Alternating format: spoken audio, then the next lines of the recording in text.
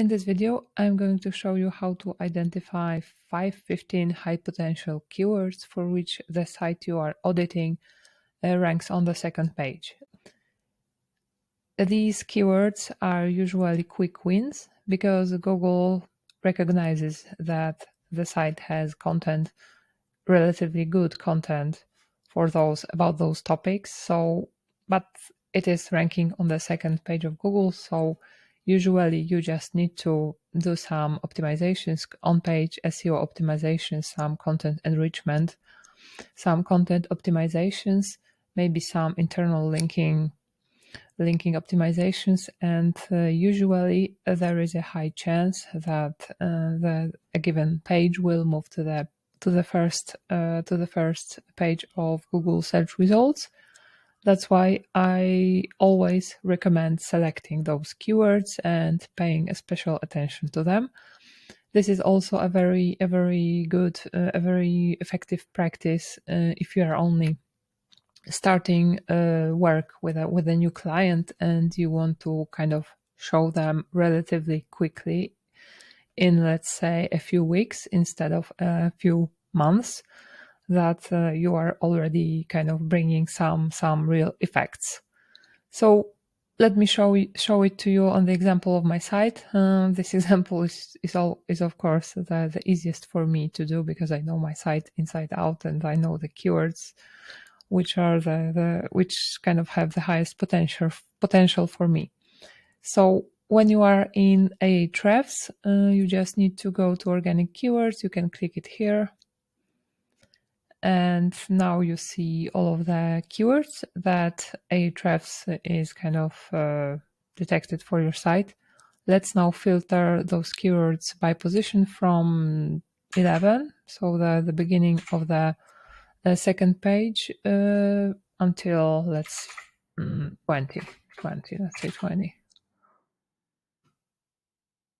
Let's now sort those keywords by volume, but before we do that, note that kind of this how Ahrefs automatically sorted those keywords is usually makes a lot of sense because it kind of shows you the best keywords in that way, not necessarily those that have the highest, for instance, volume, but the ones that usually make sense for your site. Because if I were to, let's do this, if I were to sort them by volume, not necessarily all of them will kind of make perfect sense for me. For instance, mobile friendly test looks like a great keyword. I am on position 17, but this is, of course, this is the intent behind this keyword is kind of obvious. People want to simply access the mobile friendly test, and the mobile friendly test is kind of now available directly in search results, even in search results. So I don't think that even if I ranked on position 2, many people would be interested in my site because they are interested in accessing mobile friendly tests. So this is something that you always need to do.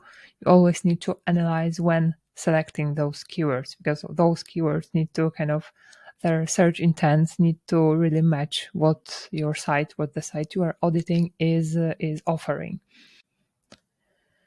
Okay, so I sorted them by volume. So let's quickly go through some of them, and I will tell you which ones, for instance, make sense and which do not make sense. So this one makes sense. This is an informational keyword. This one makes sense as well. I don't think I use SEO definitions in many places on this web page, so maybe I can build upon that a little bit and move my site up a little bit. Google Save Browsing. I think this one makes sense for me, and because this is a guide all about Google Save Browsing, so definitely if someone wants to learn more about it, I think my website, my article is a good place. This one we have already talked about.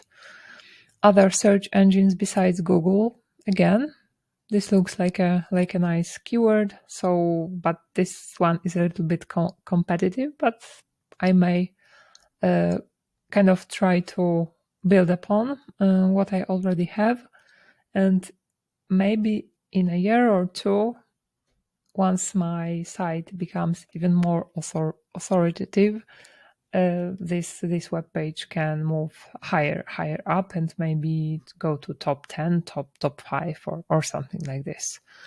Google search operators. This is again very nice keyword for me, high volume, and so but this one is very, very competitive, but the case here is a little bit similar to what I have just told you, the one with other search engines besides Google. Let's go further. Search engines besides Google, the same story. SEO toolbar, Chrome. I'm not sure about that. I think there is there may be some intent mismatch, but kind of this article is talking about different Chrome extensions, so maybe it kind of makes sense, and maybe there is a chance that my article will go higher if I kind of work on it a little bit more, and when it acquires more links. SEO basics, I'm very happy about that. So this is definitely one of those keywords. Largest contentful paint looks great to me. I may think about updating this guide a little bit, adding new things. Difference between HTTP and HTTPS, great. Google SEO tools, I like that. Alternative search engines to Google, again. So I think I have about 10 or so strong keywords that I can definitely focus on improving even further. And as I said, the things to do in the case of such keywords are improve internal linking structure, make sure that there are a lot of, maybe not a lot of, but there is enough internal links that use this keyword anchor that kind of makes sense for those keywords. So internal linking, acquiring links. I'm not talking about building links, but acquiring links for those pages, updating the content, enriching the content. So basically doing those 4 things usually will help you move those pages higher up. And since these are high volume keywords, quite competitive keywords, this is practically guaranteed that this will also lead to higher volume traffic. So that's a win-win for everyone, I think. And this is the exercise I recommend you do with every client, with every audit. If you do this kind of analysis, for instance, when you are about to pitch your new clients, when you want to show them what you can do, this is usually a very nice thing to do, and to show them and to kind of convince them that you really know what you are talking about and that you can bring relatively quick results, even though we are talking about SEO, which of course kind of takes a lot of time. And this is not like PPC, that the moment you start doing something, paying, you get the results. But this is kind of a shortcut, if we can talk about something like a shortcut in SEO.